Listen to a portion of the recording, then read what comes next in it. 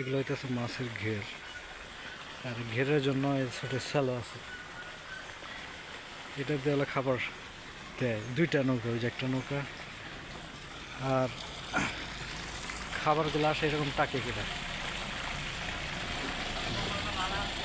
এক একটা ঘেরের কি পরিমাণে খাবার লাগে, এরকম টাক ঢুকতেছে। মাশাআল্লাহ,